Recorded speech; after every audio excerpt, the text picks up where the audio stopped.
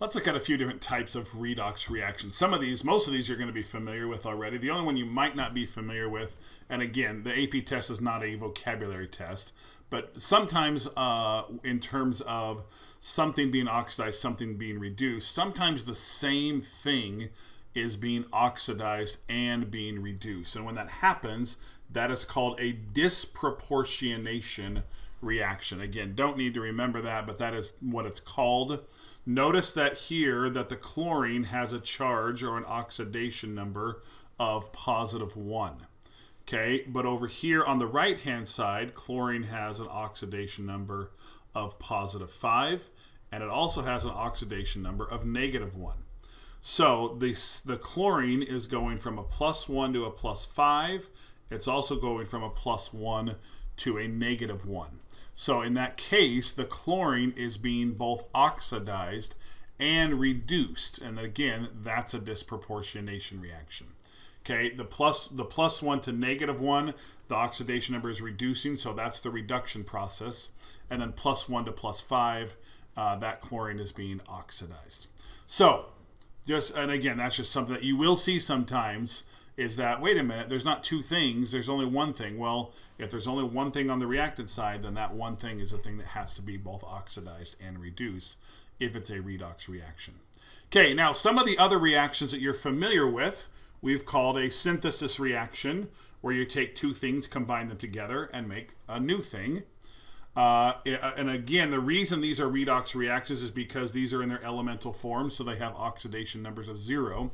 Just like in a decomposition reaction, the products have oxidation numbers of 0s most of the time. So again, most synthesis reactions, most decomposition reactions, and I'm going to say most, I think I'm saying pretty much all of them, except there might be those few random weird ones. So in general, synthesis reactions, decomposition reactions, and single replacement reactions are pretty much all redox reactions. Okay, and again, why in single replacement? Because zinc is in its elemental form, so it's 0, and then sulfate's -2, so the zinc's +2. So, and then the copper goes from +2 to 0.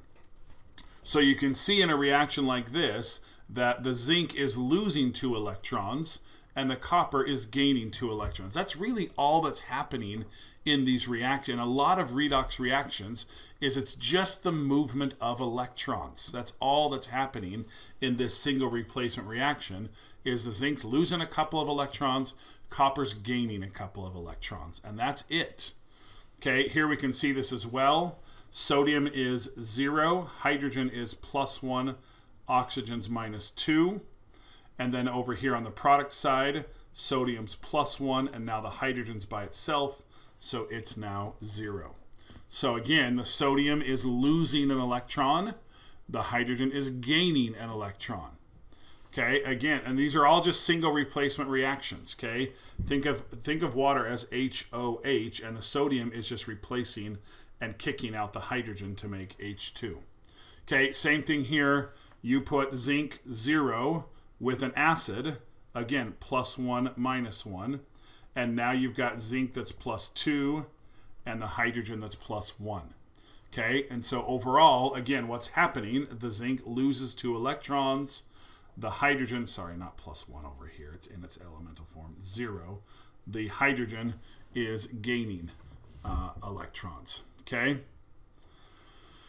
Now, when a chemical reaction happens in an oxidation reduction reaction, electrons will move. Okay, and a really good example of this is batteries. Okay, so the way that a battery works, it is a redox reaction where the electrons are moving from one spot through your calculator, Xbox controller, whatever, to the other side. And as it does that, it allows your flashlight to turn on or your controller to work or whatever.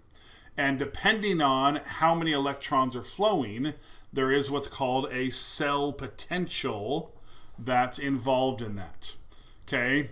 And so what we can do is we can compare different reactions to determine which one is going to produce the greatest cell potential. Okay, and the way that you do that is you look at a table such as this. Okay, now this table used to be given to you on the AP exam. It's not anymore.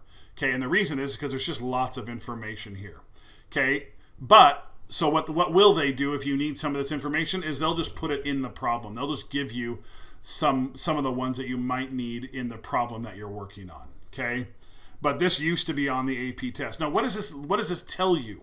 Well, first of all, you'll notice, and this is still the same way on the AP test, notice that every single one of these are written as reductions, okay? Notice that all of the electrons are on the left-hand side, which means that's how reductions are, is they're written with the electrons on the reactant side. So every single one of these are written as reductions, okay? And the larger this E here stands for the cell potential. The larger that value is, basically the easier that substance gets reduced. Okay, so fluorine gains electrons. Fluorine gets reduced really, really easily. And again, the cell potential of that is 2.87, and the units we use for that are volts. Okay, down towards the bottom though, notice that lithium, for example, has a real hard time gaining an electron. It has a negative 3.05 cell potential. Okay, so the ones at the top, or the ones with the more positive E, are the ones that get reduced easily. Okay, the ones at the bottom do not get reduced easily, which means what's the opposite process? The opposite process is reduction, which means the ones here towards the bottom with the negative cell potential are the ones that get oxidized easily. Okay, so the more positive the cell potential, these ones up here, the more easily they get reduced, and the more negative the cell potential, the more easily they get oxidized. Okay, and all of this is going to lead into, again, a more detailed explanation of batteries and things like that. But that's what this paragraph here says, that the ones that appear at the top of the list gain electrons more easily, and they have the most positive cell potentials, again, and that means they're most easily reduced. At the bottom, they lose electrons easily, they have the most negative, and then they're the most easily oxidized ones.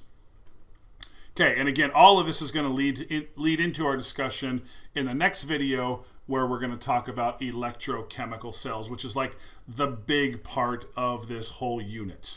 Yes, there's other stuff, but electrochemical cells, which again, we'll talk about in the next video, that's like the PV equals nRT of the gases unit. It is the most important part of this understanding of electrochemistry.